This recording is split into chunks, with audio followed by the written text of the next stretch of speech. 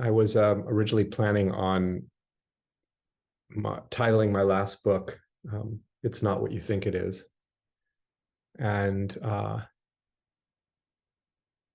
wanted to talk a little bit about that and explore that with you.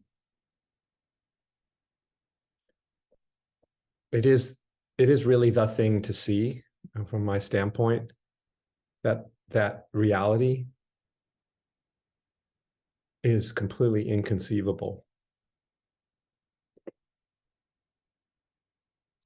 And this obviously flies in the face of, well, everything we think.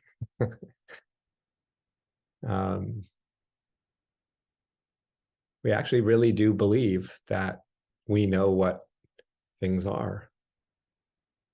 And in one sense, it's quite convincing. Our knowledge seems to be pretty convincing that the world appears in so many ways as seemingly describable and knowable and identifiable. And then we act often based on that seeming describability. Even the whole notion, the starting point in so many ways for the search for something else, the searching for some presumably better, more awakened, freer, happier, more fulfilling moment, comes out of the view that we actually know that the moment is a certain way. In other words, that it's somehow lacking, right? That's a conceptualized notion that the world is a certain way, i.e. lacking or less than or somehow incomplete. That is literally defined into existence by the magical interpreting faculties of consciousness that seem to render this, to make this infinity appear like it's collapsible into something definable. But it's actually not. This world, this reality is never actually collapsed. Right? Just let that sink in for a moment. This infinity never collapses into something finite.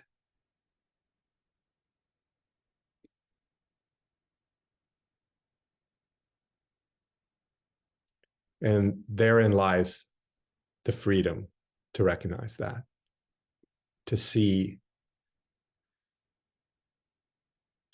that this has not become something fixed, formed. Although it appears like that, that's its display, that's reality's marvelous, wondrous, remarkably astonishing display of all the forms, how life seems to appear, including our, rich internal life that we would think of as our internal life. An internal life that, yes, is very rich, but also feels or is perceived to be, based on our presumed ability to know it, it seems to be problematic sometimes, right? So then we go about trying to fix it. But you see how all of that rests on what we think it is. It's this way, and I'm going to turn it into some other way that I've either read about or heard somebody like me or someone else talk about it being better.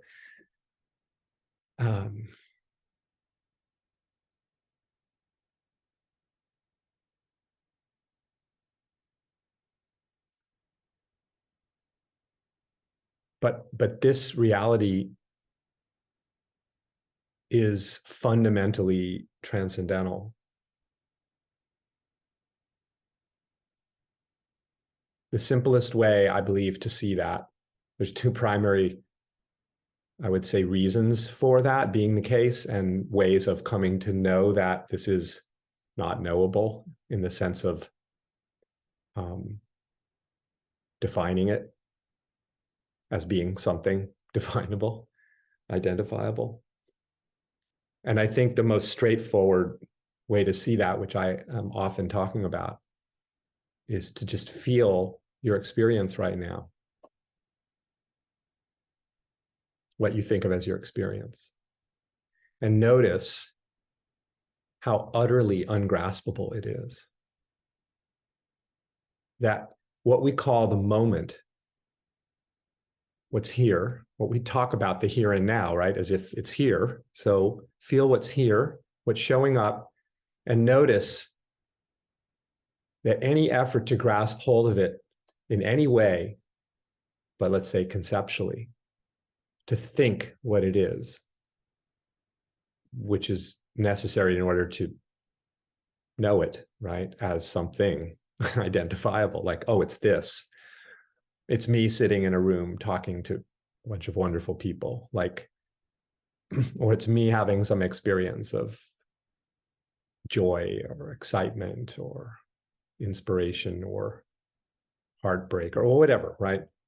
That it seems as if something appears, like right now, that something's appearing, and we imagine that we can grasp hold of it and pin it down. Oh, here it is. I got it. I captured it. I put it in a box of knowing, a box of my ideas.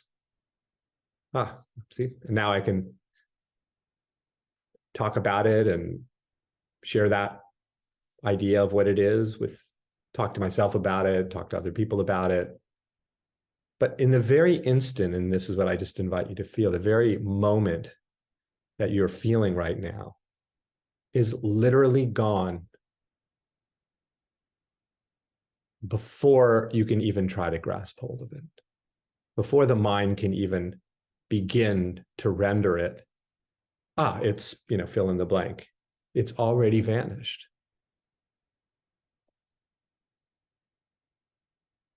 Just feel the slipperiness of this, the unstable,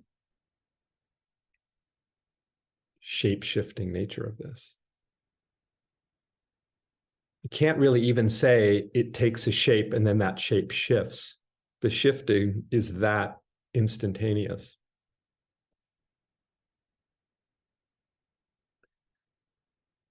So where does that leave us? The seeing of that. I mean, that is actually obviously the case. That's not hiding. It's here in plain sight.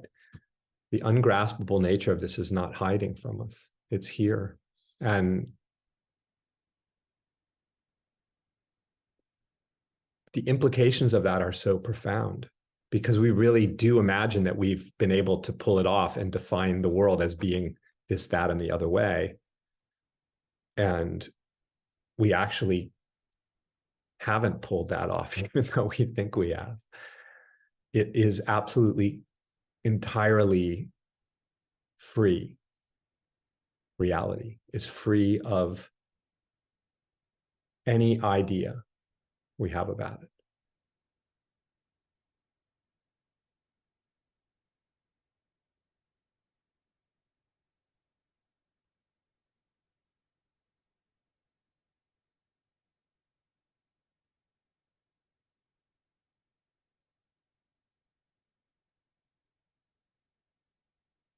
Funny enough, that freedom, that transcendental freedom, isn't somewhere else. It is our normalcy. It is sitting here talking to you.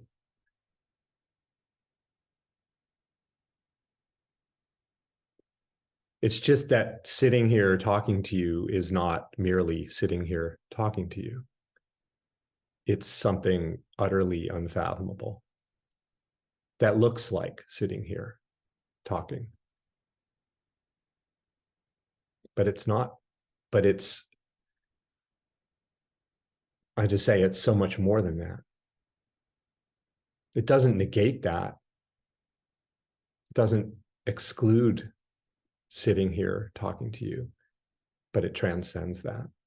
And in its transcendence of what we think it is, there's just this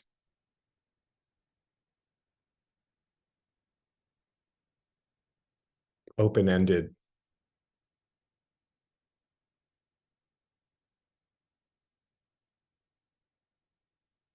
There's no words for it, right? That's the whole point.